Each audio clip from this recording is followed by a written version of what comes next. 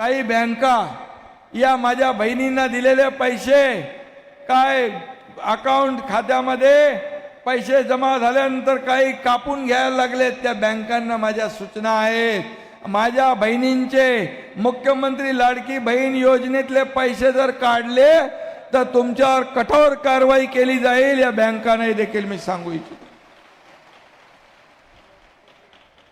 आणि मगाशी कोणतरी इथं आलं होतं, देवेंद्रजींनी त्यांना कानमंत्र दिलेला आहे, त्याप्रमाणे बरोबर कार्यक्रम करा।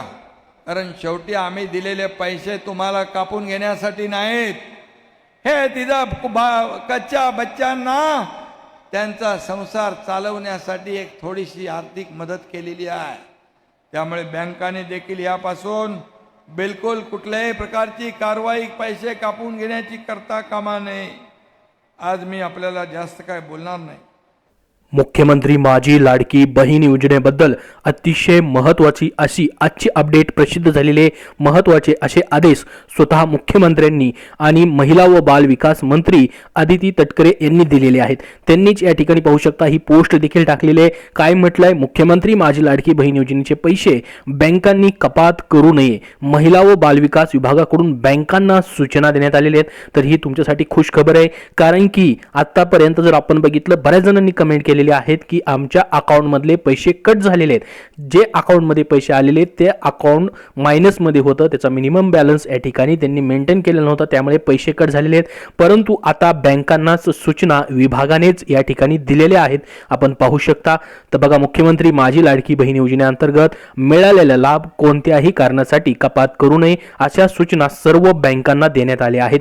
लाभार्थीचे कर्ज थकीत असले तरीही मुख्यमंत्री माझी लाडकी बहीण योजनेअंतर्गत मिळालेले पैसे त्या कर्जासाठी वजा करता येणार नाही। कोणत्याही कारणास्तव लाभार्थ्यांचे खाते गोठवण्यात आले असेल तर ते पूर्ववत करण्यात यावे असेही निर्देश बँकांना देण्यात आलेले आहेत। तर बघा, अकाउंट जरी तुमचं बंद असेल, ज्या अकाउंटला डीबीटी लिंक आहे ते अकाउंटमध्ये तुमचं काही कर्ज असेल, म्हणजे तुम्ही बॅलन्स मेंटेन नसेल केला, त्यामुळे त्याच्यावरती चार्जेस लागले असतील तुमच्या अकाउंटला।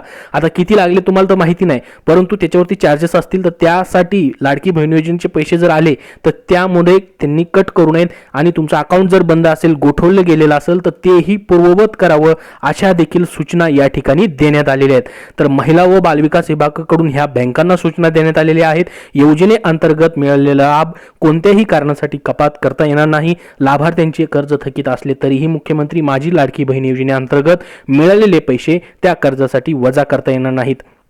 कोणत्याही कारणास्तव लाभार्थींचे खाते गोठवण्यात आले असेल तर ते पूर्ववत करण्यात यावे अशा सूचना या ठिकाणी महिला व बाल विकास विभागाकडून देण्यात आलेल्या आहेत। तर महत्त्वाची अशी ही आजच्या तारखेची अपडेट तुम्हाला पाहायला भेटलेली आहे।